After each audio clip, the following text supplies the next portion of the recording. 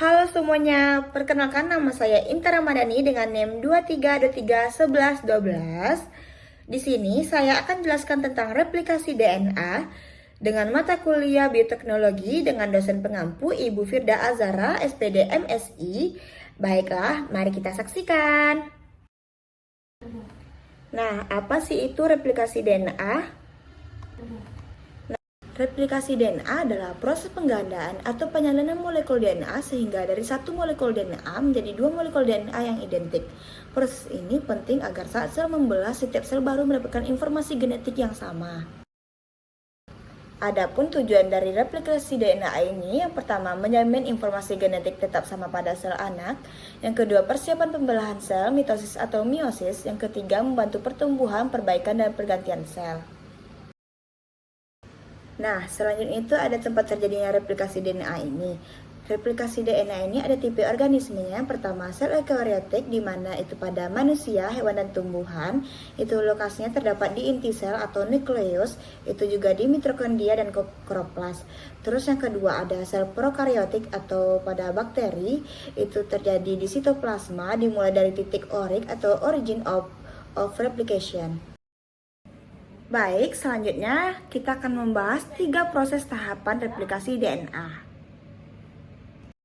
Jadi, replikasi DNA ini bersifat semi-konservatif, artinya setiap DNA itu baru terdiri satu untaian baru tambah satu untaian baru. Tahapan pertama itu ada inisiasi atau initiation, di mana replikasi DNA itu dimulai dari daerah khusus yang disebut origin of replication atau ORI. Protein inisiator mengenali atau mengikat daerah ORI sebagai titik awal replikasi.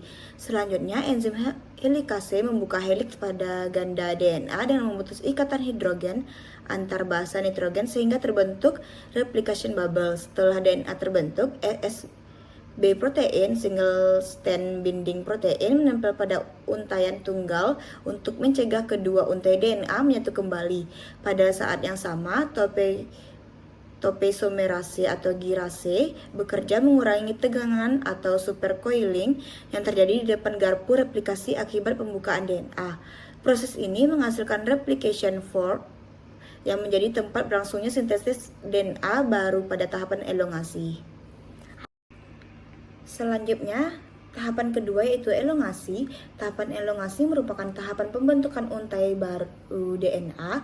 Proses diawali oleh enzim primase yang mensintesis DNA primer sebagai titik awal sintesis DNA. Setelah primer terbentuk, DNA polimerase ketiga pada prokaryotik atau DNA polimerase pada eukariot menambahkan nukleotida baru pada arah 5 aksen ke 3 aksen sesuai dengan untaian cetak.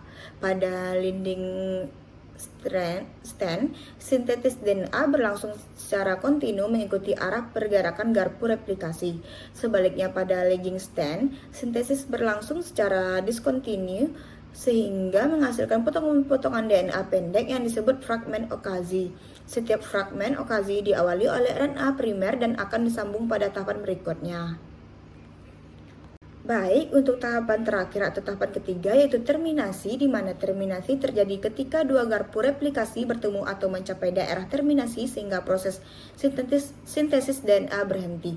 Setelah seluruh fragmen DNA terbentuk, RNA primer dihilangkan oleh DNA polimerase 1 pada prokariot atau RNA ACH bersama DNA polimerase pada eukariot.